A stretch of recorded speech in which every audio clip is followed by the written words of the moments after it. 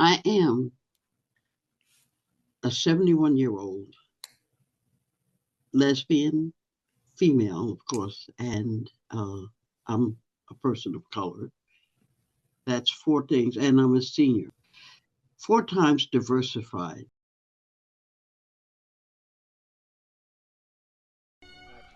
This just in, the body of a transgender woman has been found in the alley on Orange Blossom Trail in Church Street. Lord God, no, no! People with mental illness, various racial and ethnic groups, and gay and lesbian individuals. Gay individual civil rights versus civil rights, and same-gender marriages. Listen, I know that Santa he is not gay friendly. He's gonna lose it.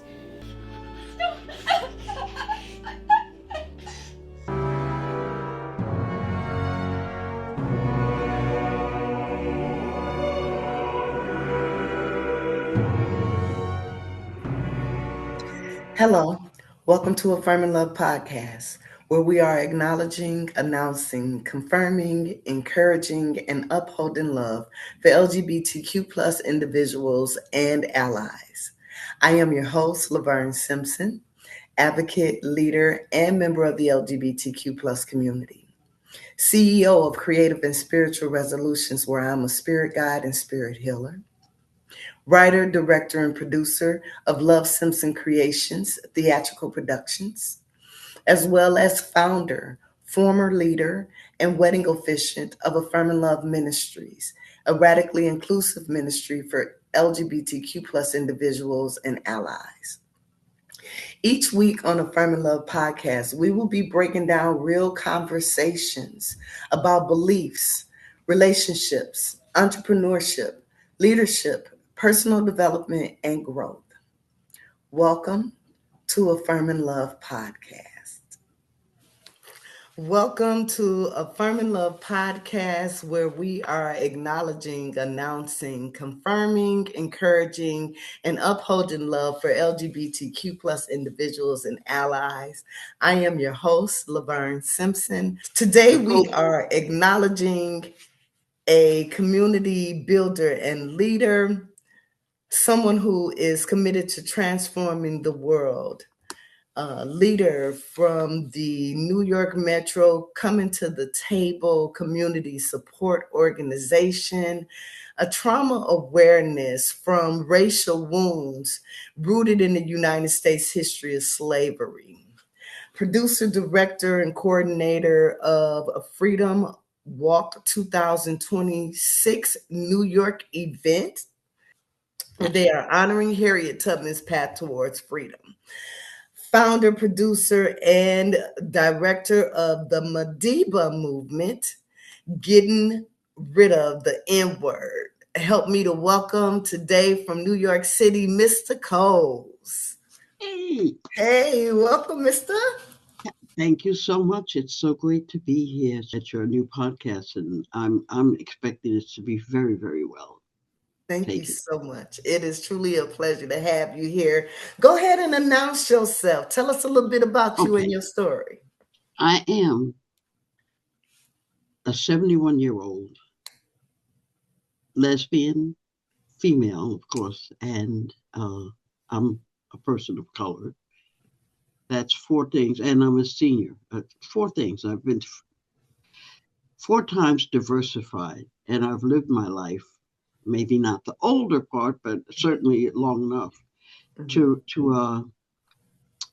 go through a lot of things. And I did it with my eyes wide open. I had a lot of adversities, but I also had a lot of support from my family. Awesome. I have friends that support me. I live out and openly gay, awesome. and I'm affirming in who I am. And my contention is, if you don't like it, and that's fine. You don't have to like me. My life will still go on. But I know that's right. You'll be missing out on something. Absolutely. Well, I can tell you, Mr. I love that hat you got on. I'm one for a good hat. Thank you. Let me. This hat I've been wearing since in my early 30s, I believe. Not this particular hat, but this style of hat. And it used to Nice. be like this, flat hat, Okay. nothing on it. I kept, I would just fold it, and I would put my own trinkets on it that, Nice. that meant something to me. And if I don't wear a hat or my other brown hat, then people want to know what's wrong. Or what's happening? Where's your hat? They It's a all part of used to who you I having am. their hat on, huh? It's part of my hat. Straight and gay world, everybody. That is That's the so way that awesome. is. Yeah, I get when I wear this hat, I get a compliment every day. I could be a millionaire, but I don't want everybody wearing my hat. I hear you. Some things you got to keep to yourself, right? I mean, this is who I am. One time, remember that bombing scare that they had in Manhattan? Not a scare, but there was a bombing in the subway on 34th Street. Mm-hmm. Me and my girlfriend, I had rented a car, and we were going to the restaurant, and just as we got there, the explosion happened, and they made us leave, and I had to leave my car. So I had to come back the next day, and the news people wanted to interview, they told me to come back the next day. They wanted to interview me. Mm-hmm. And one of the things I had said was that, I came back here because I have to return that car as a rental. Now, Trevor Noah was I didn't even know who Trevor Noah was. I saw you on TV. I was like, what are they talking about? It was just a news thing.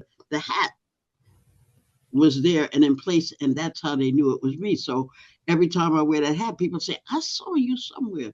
That signature. That was your signature. Tell me what your coming out story was like. What was it like for you?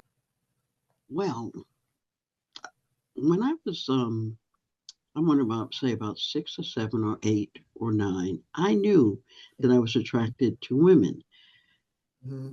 Watching TV, and there were like many women, mostly white, because they didn't have black women on TV back then. But I had what's the name? Patty Duke was someone I like. I Dream of Jeannie. Diane Carroll, when she finally got there.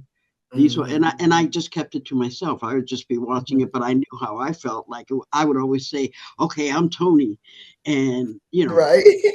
these fantasies about them being with me, but I'd have to be a man. So I didn't really understand what lesbianism was, but I knew that I was attracted to women. Yes. Fast forward to about, I want to say 18 or 19, when Bonnie and Clyde's came into being, and there was a place for us to go to like women. I used to bring women home, and I lived in a house with my mother and her husband, and he was my father forever. And I'd bring women home, and my mother, who worked in the morning, she went to work at like 7 in the morning. She would always come downstairs to check in on her kid, and there'd be this woman laying next to me. She turned the light on and say, Denise, I told you can't have no company.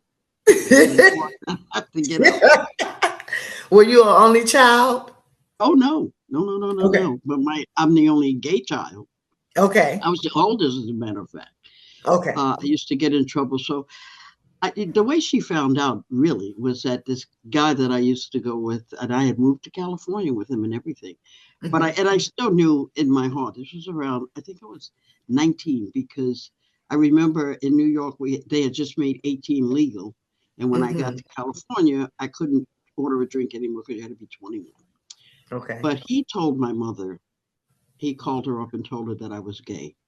And I was out with a woman that night who had been at the dinner table. More like a thank you to him. Thank you. Yeah, he was very upset because I left him, and I've always been honest about who I am. And I think everybody deserves the right to be able to be who you are. And I believed it even then. The consequences were being shunned, not being loved, being ridiculed, not getting a job that you want, not being able to get housing that you want. All of those things were there, but I didn't know who else to be but who I was.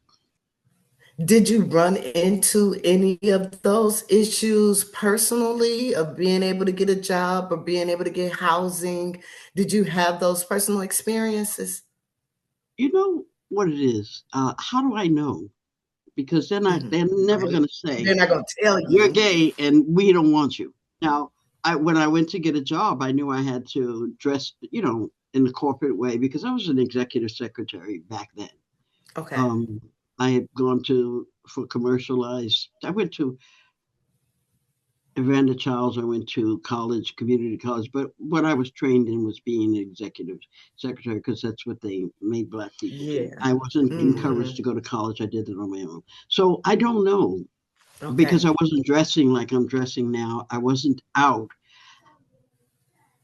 I thought everybody was gay, but the Bible said you couldn't be gay. So I figured everybody just hid it, whatever way they hid it, and had to do what you had to do. So what was So I your never upbringing like as far as faith goes? was Protestant Baptist. My great grandmother was the mother of our church. So we Nice. had to be an exemplary family. I Yes. was at church about 4 times out of the week, plus Sunday. And again, and it's not like they explained to me because back when I was growing up, children were to be seen and not heard. And That was the motto, and that's what you did. You did what that's any right. adult told you to do. You did not have a voice. You did not have an opinion. They told you Do what I who say you do were and and not how what you I were. do. Yeah. Thank you. So I knew inside of my head who I was because I was a very introverted child, believe it or not. They had to Okay. make me go outside and play because I wouldn't. And I did not know that you can't. I didn't know I couldn't see because I have contact lenses on until the 4th grade. So I always thought the world was a blur until it was Okay. upon me because back then our eyes weren't checked in our neighborhoods until the 4th grade. So up until the 4th grade, there were kids running around blind as bats. I was always in the hospital with concussions because I Wow. would run into things or run into people. But that's another story for another time.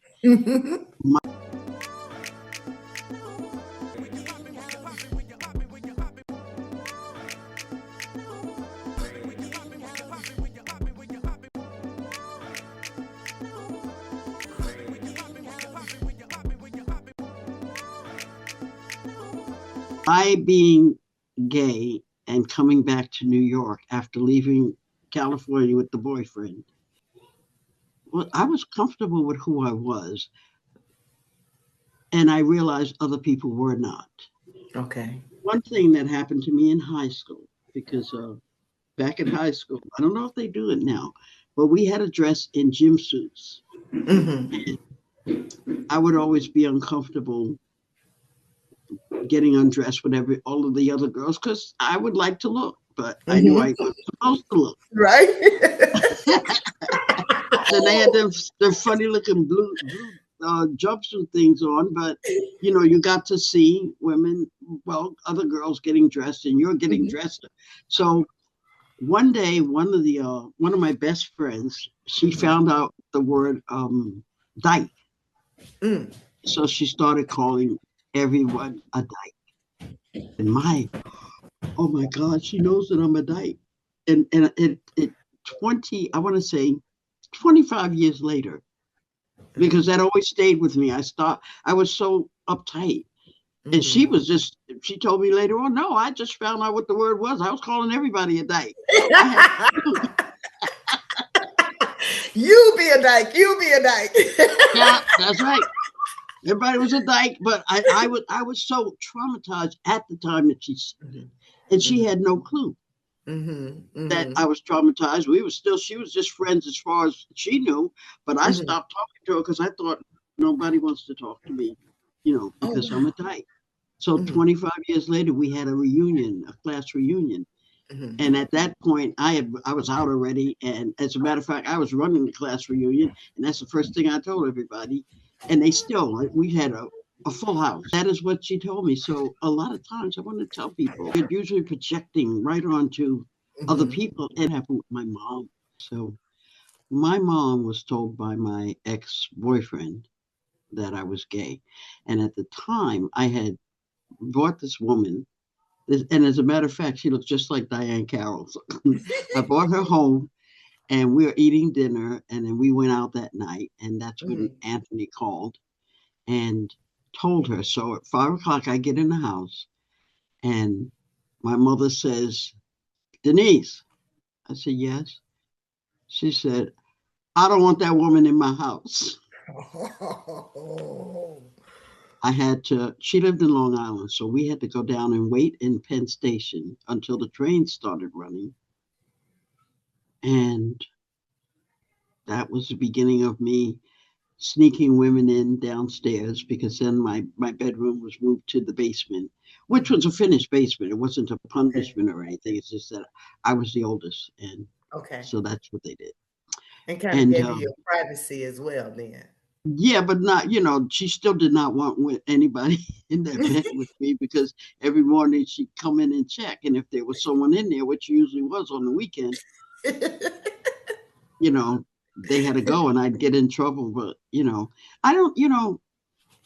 I don't think she understood, Mhm. as many parents don't, and they think they did something wrong, or they think it's, some kind of problem. My mother was not the religious type woman, Okay. per se, but I don't think she understood. And she also, back then, well, what would the neighbors say? It Right. was it was things like that. My mother, I realized later, loved me, but what happened is, if I came into a room and she was in there, like watching TV or something, she would Mhm. actually get up and leave. She wouldn't say anything to me. And if I was in the room and she happened to come in, then Mhm. she would just walk right back out. These were painful things Mhm. to me.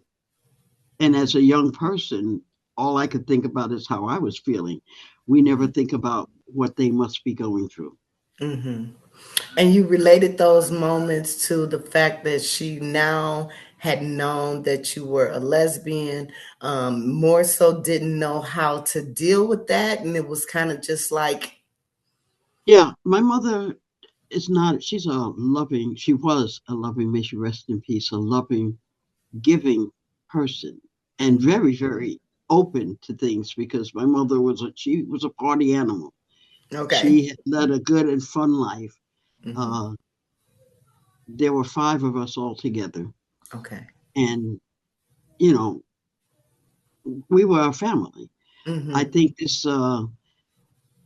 it threw her for a loop, because back then, you got to remember, like, we're living today, yeah. and young people, y'all don't know. You can Yes. be gay, straight, he, they, them, it, Mhm, X, whatever, mhm, and that didn't come easy, and that right. didn't come without fights that we really went through. Mhm, We went through a lot of fights. So yeah.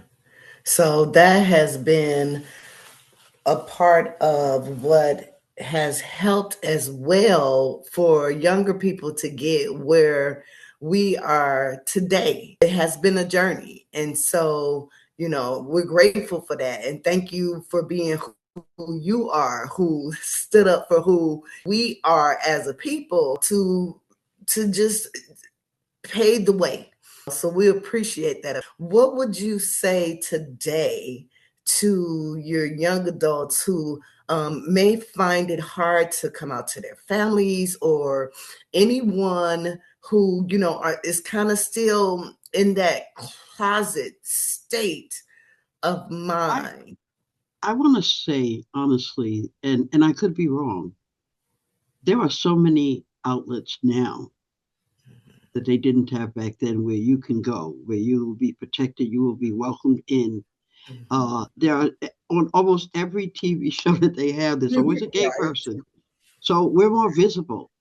Yes. It's more accepted. I think what they're doing now is trying to focus on trans Mhm. individuals, and that's a horrific thing, because why couldn't you just let it go? We had Trans was included in the LGBT community. Why are Yes. you now singling them out? Because there's just something about some human behavior that they feel that they have to be better than. But our Mhm. youth don't seem to have a problem with who they are. Now, I Right. could be wrong, but I can't imagine. It would be hard, I guess, if your family is very religious. Yeah. Or just non-supportive. Supportive is a very important thing. Uh, Parents can just not care whether you're gay or straight. Right. But what they're concerned about is that you're keeping your grades up, you're going to have a good life, Mm-hmm. all of these things. I would suggest that you remind them of that. Like, it doesn't matter Mm-hmm. who I'm attracted to, Yes. because try as you might to make the lesbian or the gay man a whole big culture of something, that Mm-hmm. only happened because we needed to have our own culture because we weren't accepted by the mainstream. Right. But don't get it twisted. The only difference between me and a straight woman is who I choose to sleep and fall in love with. And that is Absolutely. my business, not the Absolutely. whole world's. It Yes. doesn't make me change how I do my job, how I Yes. do my learning. So to you, what does being yourself mean? Who I am has almost absolutely nothing to do with who I choose to fall in love with and who I sleep with, who I'm intimate with.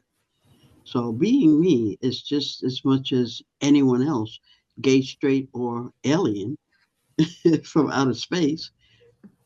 That's who you are. Yes. There are so many facets to all of us Mm-hmm. that to focus on one particular thing, like who you sleep with, what your race is, how old are you, have you gone to school? We try to separate and say this one is better than this one. So I'm used to this body. This is my body. This is where I live. Mm-hmm. Mm-hmm. Where you are is where you live. Exactly. So You. if we just get with that, because once that body's gone, Yeah. this may be where, no, I don't believe that I'm gone. I believe Okay. that I am no longer in this realm because Mhm.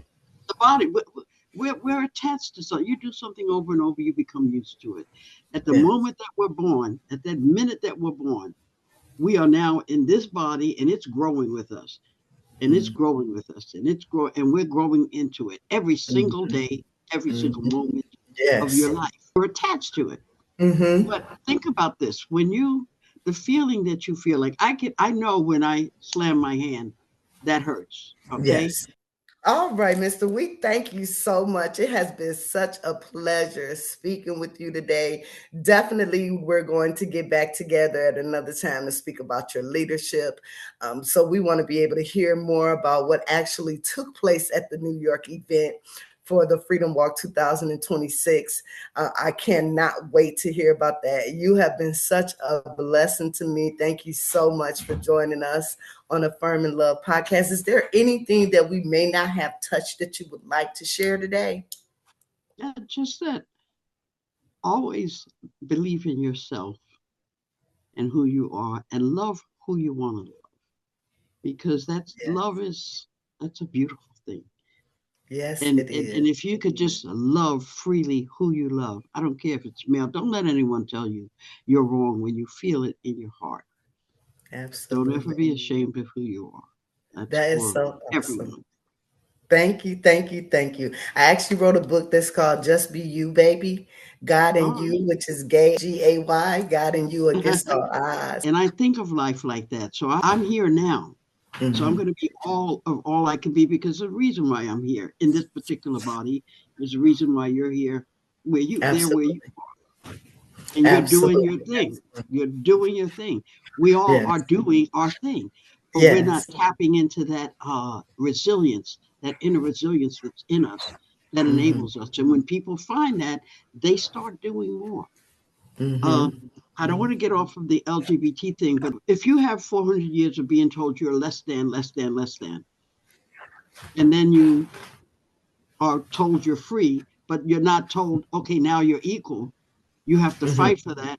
We're busy fighting for that when we have it inside of us. I know I'm just as good as Okay. anyone straight or gay, but I think everyone is better because I'm not like I said before. I have these four things that I Mhm. am.